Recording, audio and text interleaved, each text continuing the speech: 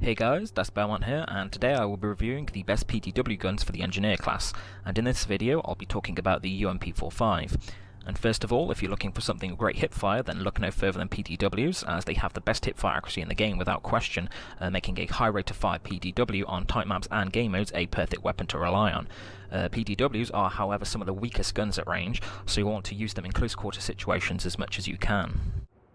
So let's go over the UMP-45, and one of the many great things about this weapon is that it can fit an underbarrel attachment, whereas most of the PDWs can't. And speaking of attachments, let's get straight to an ideal setup for the UMP-45.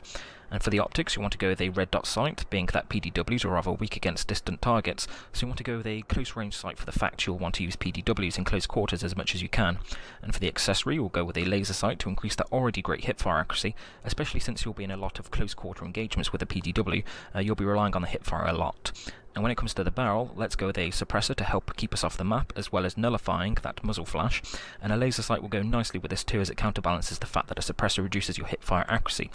And we don't need to worry about a suppressor reducing our effective range either, as again, PDWs are close quarter weapons. And then for the underbarrel, we'll go with either an ergo grip or vertical grip to help increase that hipfire accuracy even more for the many close quarter engagements you'll want to be in.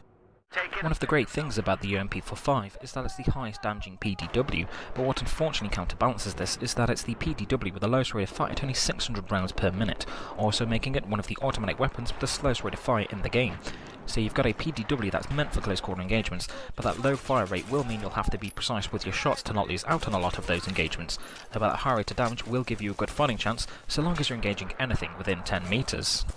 And while the UMP-45 has a rather low magazine size of only 25, the fact that it has a reload speed of 1.8 seconds with bullets remaining, and a long reload speed of 2.5 seconds when empty, makes the UMP-45 one of the more faster reloading automatic weapons in the game. And this is good news, as you'll be reloading this weapon a lot, and you want to make sure you can do this between engagements too, and try and take advantage of those fast reload times.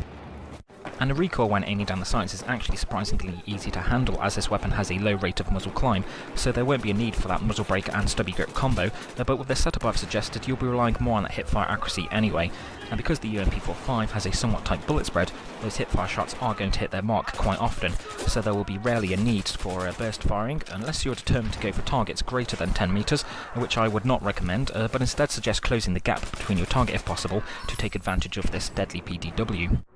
So to summarise, the UMP-45 is the highest damaging PDW, though it has one of the lowest fire rates for an automatic weapon in the game, though the good points do vastly outweigh the negatives for this weapon, and you're going to have deadly hipfire accuracy with the setup suggested, and that fast reload speed will rarely leave you exposed, and that's a perfect choice for those who like to run and gun, but an even greater choice for close quarter situations and game modes, which PDWs are best suited to, and the UMP-45 is no exception.